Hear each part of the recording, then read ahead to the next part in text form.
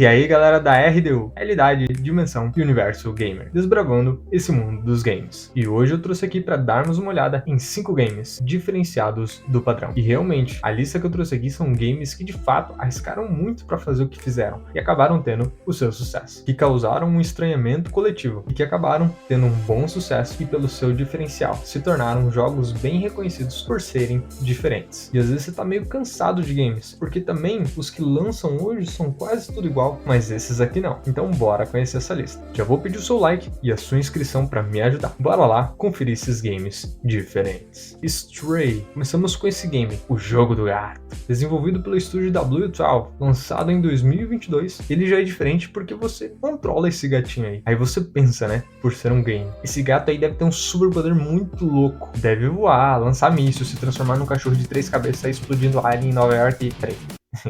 Meio aleatório demais, né? Foi mal.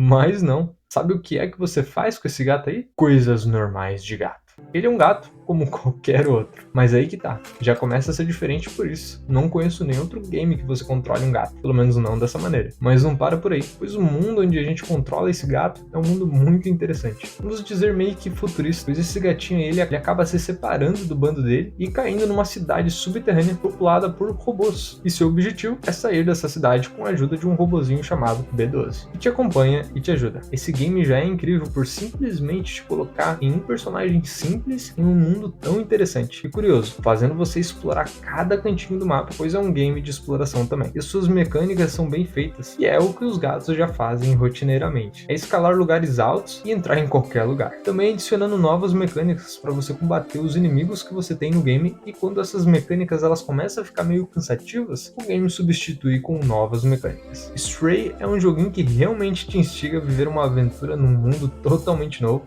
e desconhecido. E não como uma pessoa, e sim como um felino, que adora dormir, arranhar a parede e escalar tudo aonde o nariz aponta. Jogue Stray. A Plague Tale Innocence. Aqui já vamos para comida de gato, um universo infestado por uma praga interminável imortal de ratos. Esse game mistura ação, furtividade num jogo de terceira pessoa, que se passa numa época bem obscura da história. No game, a gente tem dois protagonistas, a Amicia e o irmãozinho dela, o Hugo, que às vezes dá vontade de encher de porrada. E os dois entram numa jornada bem intensa, pois eles passam a ser perseguidos pelos soldados da Inquisição, que estão atrás do Hugo, pois ele tem o poder de controlar os ratos. E no game são uma praga mortal. Se você não tem luz, eles te comem que nem linguicinha de domingo. E depois que a Inquisição invade a casa deles e matam geral, eles são obrigados a escapar em busca de um local seguro. Porém, a jornada deles não é nada fácil. Além da Inquisição sempre estar em cima, temos os ratos. E por mais que o Hugo, de certa forma, controle os ratos, ele não sabe usar direito os poderes dele ainda. E a particularidade desse game é que a Amicia, que é a personagem que a gente mais controla no game, ela não tem armas, apenas um estilingue, para distrair e eliminar alguns inimigos. No início você pode até estranhar e falar, me dá uma espada longa! Mas exatamente por termos uma arma diferente, falando do estilingue, o game te estimula a pensar e usar mais o cérebro, distraindo os guardas e eliminando-os separadamente, ou até fazendo os próprios ratos comerem os caras. Eu acho engraçado, mas isso é muito bizarro, velho. Eu já zerei esse game e eu tomei um tapa na cara, pois de início, por ele ser diferente, não chama tanta atenção, mas depois que você vai se aprofundando na história, nas mecânicas, quando você vê, você tá totalmente imerso, pois o game tem outros personagens que você vai conhecendo ao decorrer do game e cada um é muito interessante. E também como os combates são, as boss fights, que cada uma delas tem as suas características, tornando um game que te entretém sempre. Resumindo, joguem a Plague Tale, vocês vão curtir.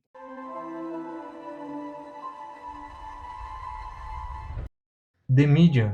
Esse é um game de terror psicológico, onde nós temos a Marianne, a protagonista do jogo, que é uma médium, possui a capacidade de interagir com o mundo espiritual, sendo capaz de viajar entre os dois mundos, seja o humano e o espiritual ao mesmo tempo. E realmente, você joga esse game 2 vezes ao mesmo tempo, controlando a Marianne nos dois mundos. Isso é um baita diferencial, porque você tem 2 telas para dar atenção, onde você precisa explorar os cenários interligados para conseguir progredir. Ou seja, vai ter coisas que você vai achar lá no mundo humano que não estão no espiritual, mas ajuda você a passar no espiritual e vice-versa. Claro, o mundo espiritual é o foco, mas já dá até um desafio na hora de jogar. Tanto que temos até partes no game de perseguição. Uma das que eu lembro jogo é que tem um bicho muito bizarro, velho. Tem falando umas paradas muito aleatórias, sinistras. E você tem que escapar desse capeta aí. E por esse game ter essa dinâmica de gerar dois mundos ao mesmo tempo, ele foi lançado só para a nova geração. Atual, no caso. Pois é bem pesado. Ele tem essa pegada de terror com resolução de puzzles. E também uma história bem interessante. Até digo que você dá uma de Sherlock Holmes desandando alguns mistérios. Ele foi desenvolvido pela Bloober Team, lançado antecipadamente para Xbox Series X e S e Windows 10. Aí depois de um tempo, né, alguns meses, teve a versão de PlayStation 5. Então tá aí, mais um game que se propõe a ser bem diferente. Joguem The Medium.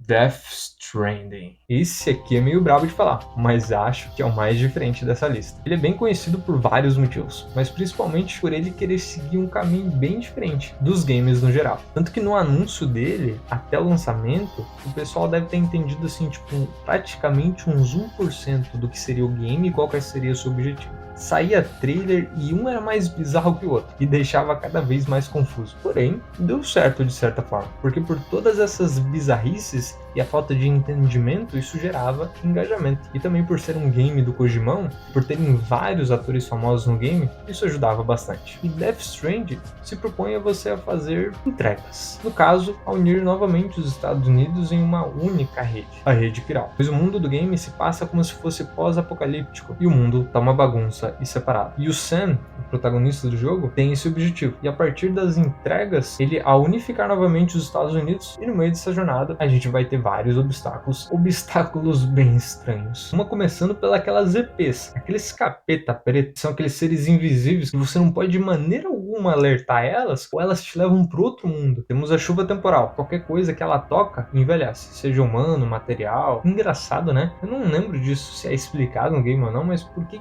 quando tá chovendo, a chuva que cai no chão não envelhece o chão também, né? Enfim, também temos as mecânicas nesse game que você não vê em outros jogos. Exemplo, a do equilíbrio. Pois como a gente carrega as coisas, muitas vezes nas costas, a gente tem que cuidar para não cair. Se a gente cair, a gente danifica as entregas e isso é muito ruim no jogo. Temos também a respiração. Digamos, a gente tem um botão pra gente prender a respiração, porque aqueles capeta preto lá, as EPs, eles não nos percebem. Somente se a gente encostar nelas, se a gente fazer barulho ou se a gente respirar perto desses bichos. Então, temos que segurar até quando a gente tá passando perto deles. E óbvio, por ser um ser humano, né, ele não consegue prender a respiração infinitamente. Então, tem estamina, limite para você prender a respiração. Então, você tem que ser meio ninja. Também temos exoesqueletos, diversas criaturas, veículos, biomas diferentes no game e, é claro, a história, que é muito boa, mas muito aleatória. Pois uma hora tá no passado, outra hora tá no futuro, e outra hora tá na Primeira Guerra Mundial. Baleia, golfinho, praia preta, uns bichos flutuando muito bizarro, os inimigos do game que se chama mula, mas assim, na minha opinião, Death Stranding é um baita jogo. Eu sei que nem todos vão gostar, mas eu gostei de jogar ele, do início ao fim, e eu quero jogá-lo novamente. E realmente, ele tem esse objetivo de querer ser diferente, arriscando em novas ideias de todo tipo, e acho que ele fez isso muito bem. Não é um game perfeito, mas vale a pena. Jogue Death Stranding.